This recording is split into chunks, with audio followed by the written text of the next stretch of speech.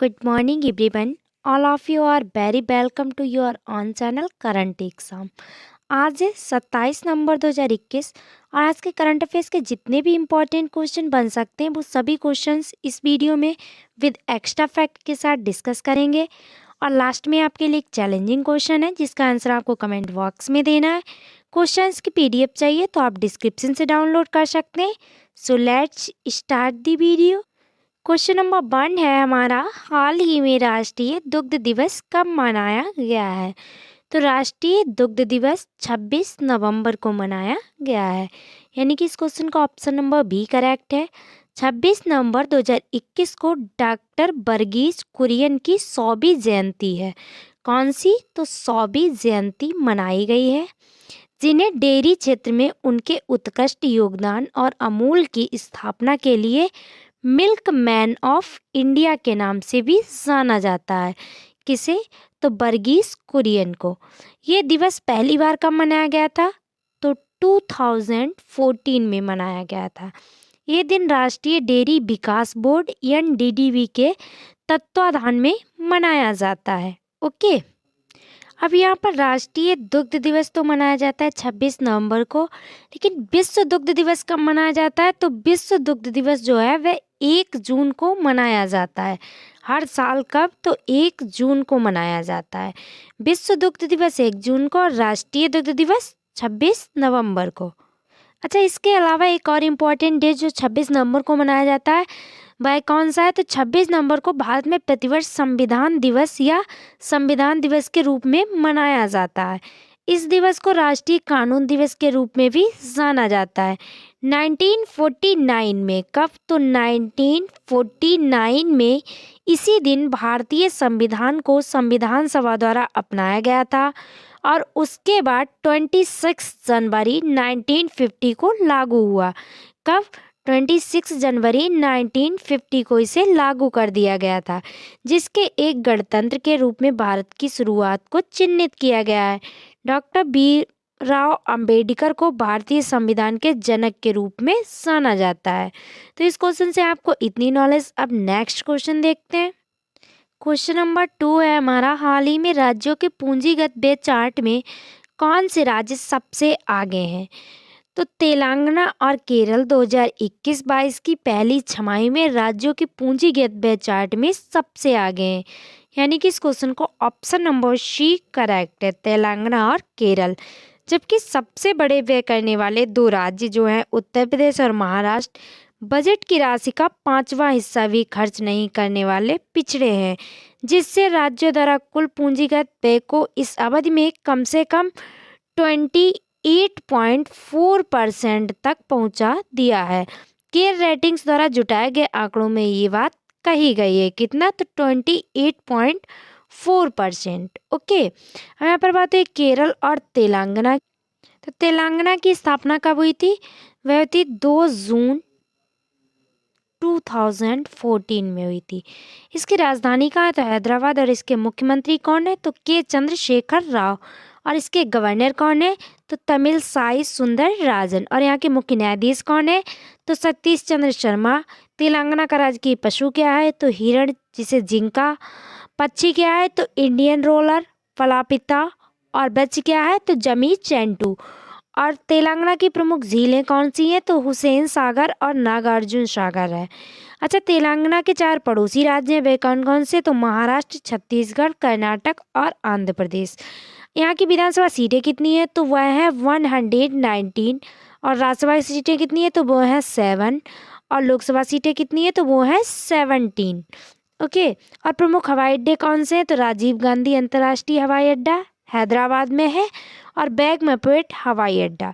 राष्ट्रीय उद्यान कौन कौन से? तो कासु ब्रह्मानंदन रेड्डी, महावीर हरिना वनस्थली राष्ट्रीय उद्यान और मरुंगा वीन राष्ट्रीय उद्यान। अब नेक्स्ट क्वेश्चन, टेस्ट कप्तान नियुक्त किया गया है। तो ऑस्ट्रेलिया ने युवा तेज गेंदबाज पैट कमिंस अपना नया टेस्ट कप्तान चुन लिया है। इस क्वेश्चन का ऑप्शन नंबर ए करेक्ट है। पैट कमिंस को ऑस्ट्रेलिया का 47वां टेस्ट कप्तान नियुक्त किया गया है। अगले महीने होने वाले एशेज सीरीज के जरिए कमिंस कप्तानी का दायित्व संभालेंगे। क्रिकेट ऑस्ट्रेलिया की 5 सदस्यीय चयन समिति के सामने साक्षात्कार प्रक्रिया के बाद कॉमिस की नियुक्ति की गई है। ओके, ये जो है अपना इस बीच पूर्व कप्तान जो स्टीव स्मिथ हैं, इन्होंने भी कप्तान की भूमिका में वापसी ले ली है। उन्हें पैट कमिंस के सहायक के तौर पर उप कप्तान नियुक्त किया गया है। क्वेश्चन नंबर 4 है, हाल ही में किस देश में कोरोना वायरस म्यूटेंट मिला है? तो अभी हाल ही में दक्षिण अफ्रीका में कोरोना वायरस का म्यूटेंट मिला है। इस क्वेश्चन का ऑप्शन नंबर बी राइट है। दक्षिण अफ्रीका में कोरोना वायरस का नया वेरिएंट मिला है। सबसे बड़ी बात यह है कि इसकी वजह से पूरे देश 100 से ज़्यादा लोग संक्रमित हो चुके हैं। कितने? तो 100 से भी ज़्यादा लोग इस देश में संक्रमित हो चुके हैं। इस वेरिएंट के सामने आने के बाद दक्षिण अफ्रीका की सरकार निजी लेबोरेटरीज के साथ मिलकर बड़े पैमाने पर इस वेरिएंट से संक्रमित लोगों की खोजबीन कर रही है। अभी तक यह नहीं पता चल पाया कि ये कितना खतरनाक है। नेक्स्ट क्वेश्चन देखते हैं। क्वेश्चन नंबर 5 है, हाल ही में इंटरपोल की कार्यकारी समिति के लिए भारत के उम्मीदवार कौन चुने गए हैं? तो इंटरपोल की कार्यकारी समिति के लिए भारत के जो उम्मीदवार हैं वह प्रवीण सिन्हा चुने गए हैं। इस क्वेश्चन का ऑप्शन नंबर सी राइट है। केंद्रीय जांच ब्यूरो सीबीआई के विशेष निदेशक प्रवीण सिन्हा को चीन से कड़ी चुनौती का सामना करने के बाद अंतर्राष्ट्रीय आपराधिक पुलिस संगठन की कार्यकारी समिति में एशिया के लिए प्रतिनिधि चुना गया है। अब यहाँ पर बात हुई है इंटरपोल की, तो ये इंटरपोल क्या है इसके बारे में मैं आपको बता देती हूँ।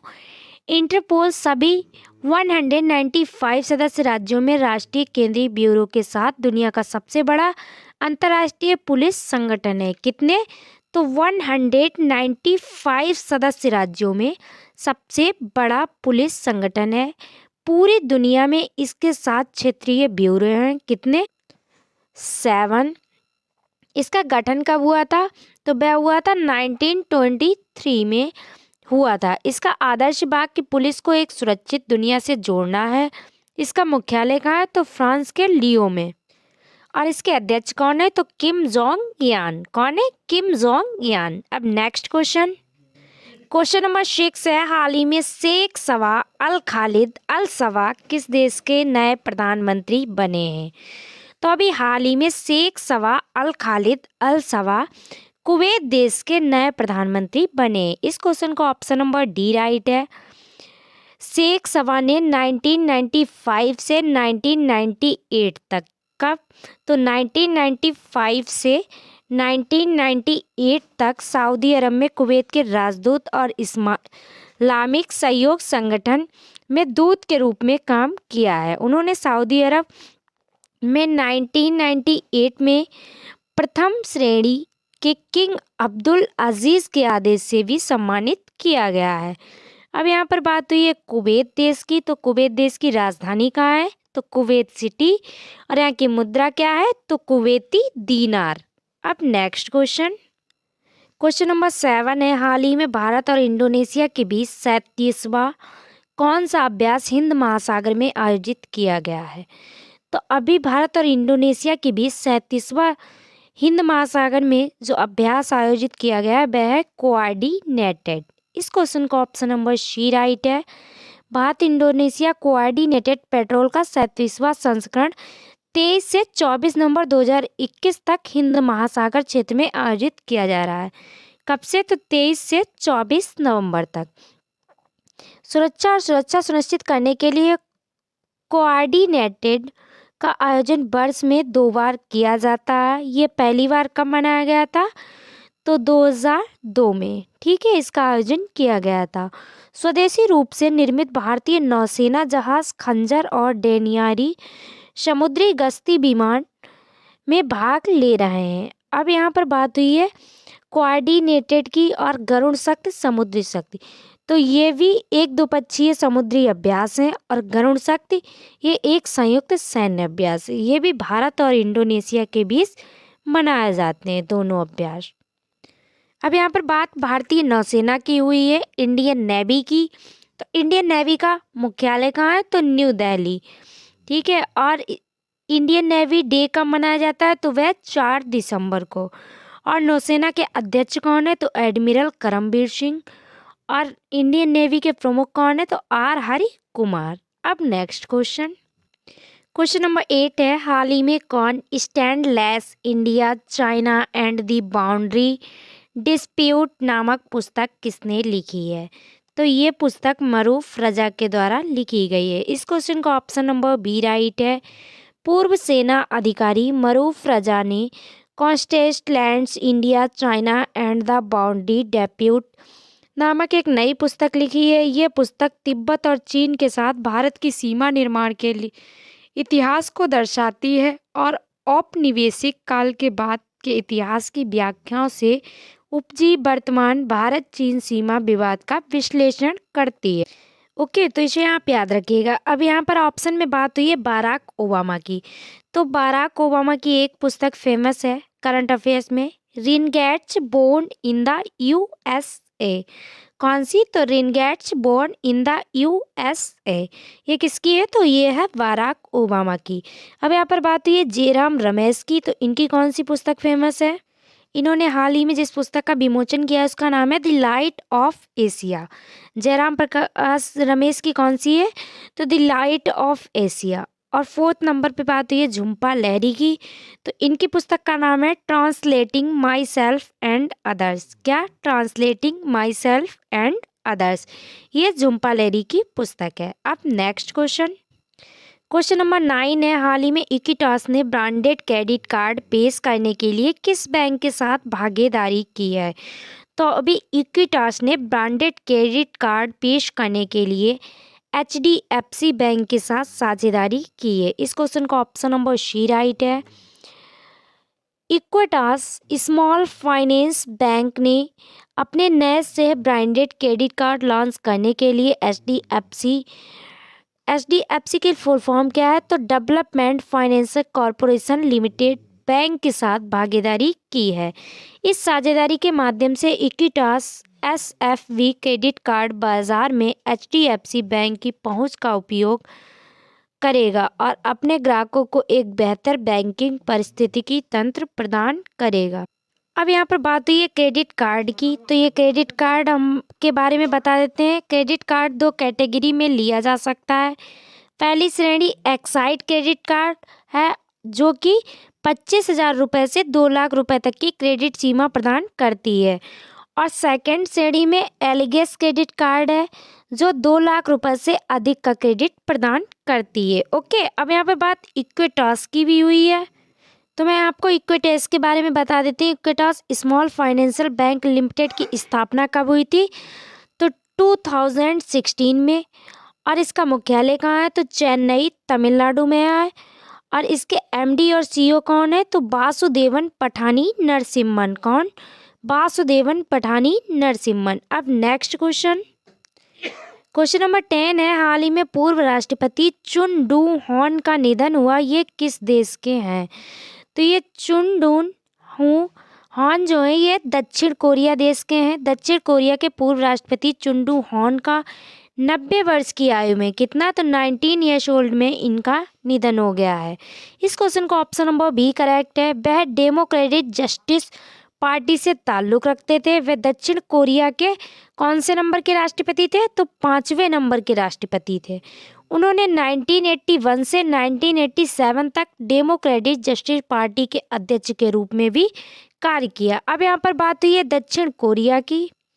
तो दक्षिण कोरिया एशिया महाद्वीप में स्थित है। इसकी राजधानी सियोल में है और यहाँ की करेंसी क्या है? तो दक्षिण कोरियाई वॉन। और यहाँ के प्रधानमंत्री कौन है? तो किम बू केओम। और यहाँ के राष्ट्रपति कौन है? तो मून जे इन। और सैमसंग और हुई का मुख्यालय कहाँ स्थित है? तो ये भी दक्षिण कोरिया में स्थित है। उत्तर कोरिया और दक्षिण कोरिया को अंतर्राष्ट्रीय सीमा का नाम क्या है? तो 38वीं समांतर रेखा। और इसकी संसद का नाम क्या है? तो नेशनल असेंबली। अब आपके लिए कल वाली वीडियो का आंसर है। कल हमने क्वेश्चन पूछा था, हाल ही में दुनिया का सबसे व्यवस्थित बैंक कौन बना है? तो वह बैंक बना है JP मॉर्गन। यानी कि इस क्वेश्चन का ऑप्शन नंबर ए करेक्ट था। अब आपके लिए आज का चैलेंजिंग क्वेश्चन है जिसका आंसर आपको कमेंट बॉक्स में देना है। क्वेश्चन है, हाल ही में किस खिलाड़ी ने टेस्ट क्रिकेट से संन्यास की घोषणा की है? 4 ऑप्शंस दिए गए हैं। राइट आंसर आप कमेंट बॉक्स में बता सकते हैं और क्वेश्चन के बारे में जितना भी पता है आप डिटेल में लिखिएगा। तो आज की वीडियो में बस इतना ही। Thanks for watching. अब मिलते हैं नेक्स्ट वीडियो में, तब तक के लिए बाय बाय।